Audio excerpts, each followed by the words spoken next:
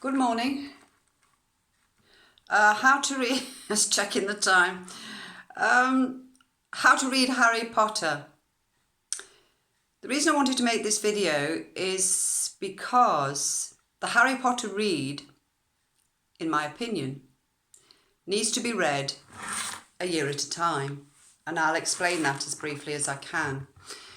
I have 3 children, and all of whom have turned 11. So my eldest son was 11 when the first Harry Potter book came out, and we read that book together. I read it to him. I was still reading to him at night. And I loved it. That's my genre. Anything fantasy and imaginative, creative in that way. My son liked it, and by the time he got to about the 3rd book, he'd lost interest, and I continued with it because I loved it. And it reminds me of when I read The Lord of the Rings.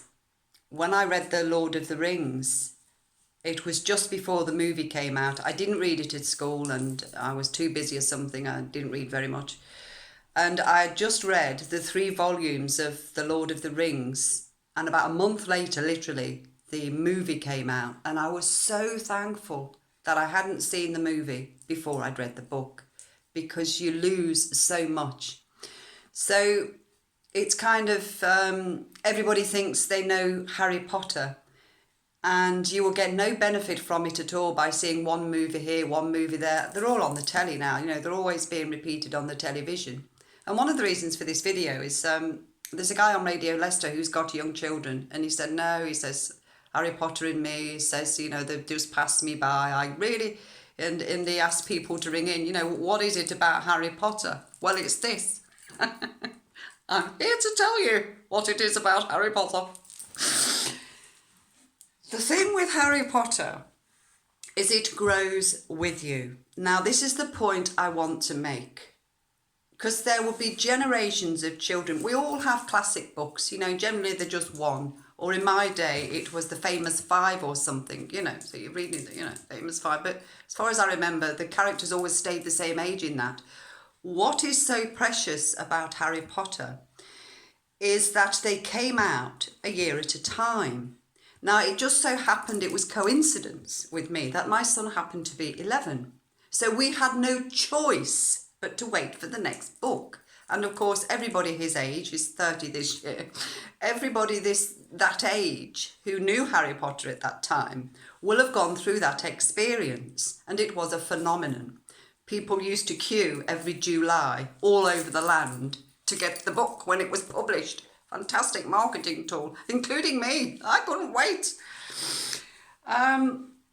So what happens is that you read the first book, or let your child read the first book.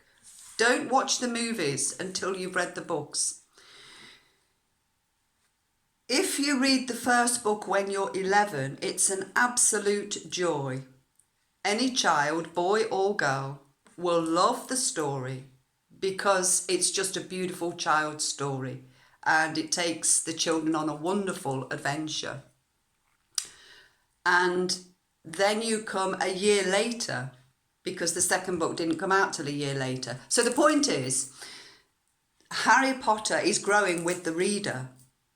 And so if you read the first book when you're 11, the 2nd when you're 12, the next when you're 13, etc., up to book 5, that is the way to read Harry Potter. Now, you can read book 1, then watch the movie. Read book 2, then watch the movie. But even if you're, if you are, say, 15 or 16, to go back and read the first book of Harry Potter might not be your cup of tea. It might even seem a bit young for you, although I can read it. But that's an adolescent thing, I can read kids' books and love them, but, adolescents went, oh, I'm not reading that, it's about 11-year-old kids. That's what they're like. So even at 15 and 16, you could just watch that movie out of context because you haven't grown with the characters, and then you would have to go back and read it. So this is why people are probably either for Harry Potter or they're not, because it's an experience. I experienced it because that's my genre and I love that type of reading. And as an adult, I loved every book as it unfolded. You know, I just loved it.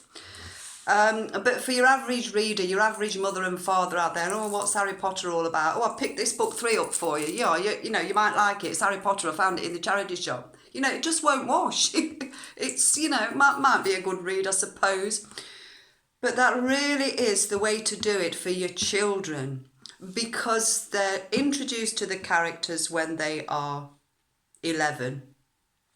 And the main characters, of course, being, for boys, I suppose, Harry Potter and Hermione and Ron, but all the characters.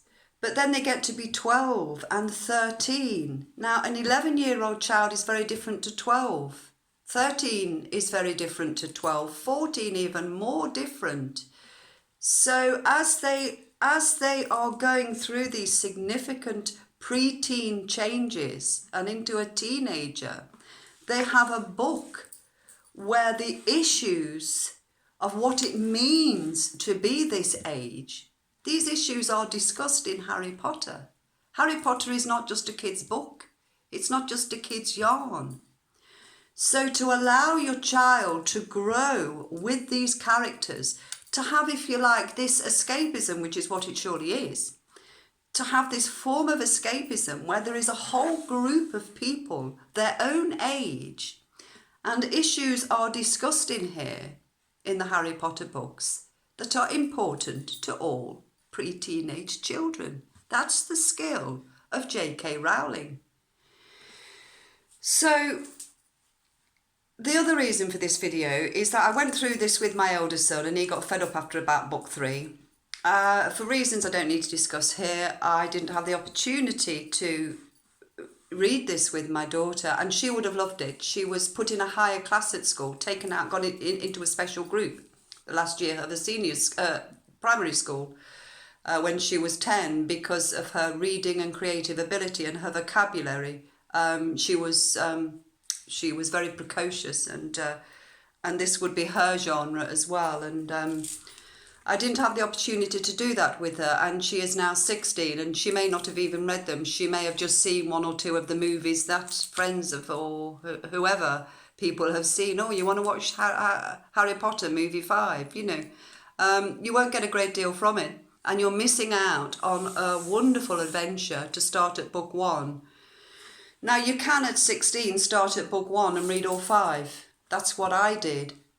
But it's a particular adventure, and it's a very particular and valuable experience to read each book at each age, because it's good for the child to have that comfort, if you like, of a group of people going through the challenges which you face as a preteen and early teen. And it's also valuable so that you're not taking a bit of Harry Potter at 16 and a bit at 13, you know. So indeed, that is the way to read Harry Potter. And I hope you really enjoy it. What I would do if I had the opportunity with my son is to just read the first book 15 or 20 minutes at a time. Woody with special needs, who doesn't understand so much when he's reading himself, is more able to understand if somebody is reading to him. So 15 or 20 minutes at bedtime, and if he wants some more in the day, but certainly once he's lost interest, to put it aside and just have another 10 or 15 minutes later. He may have progressed from there by now. So to read the first book a little at a time, which is about an 11-year-old child, and he's soon coming up to 12, and then just do 1 a year.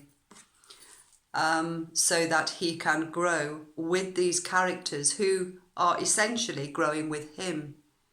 And that's an important escapism, especially for a special needs child.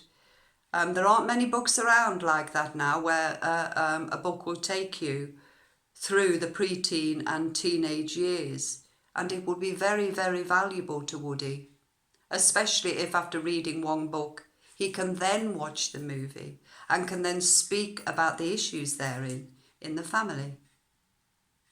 Thank you.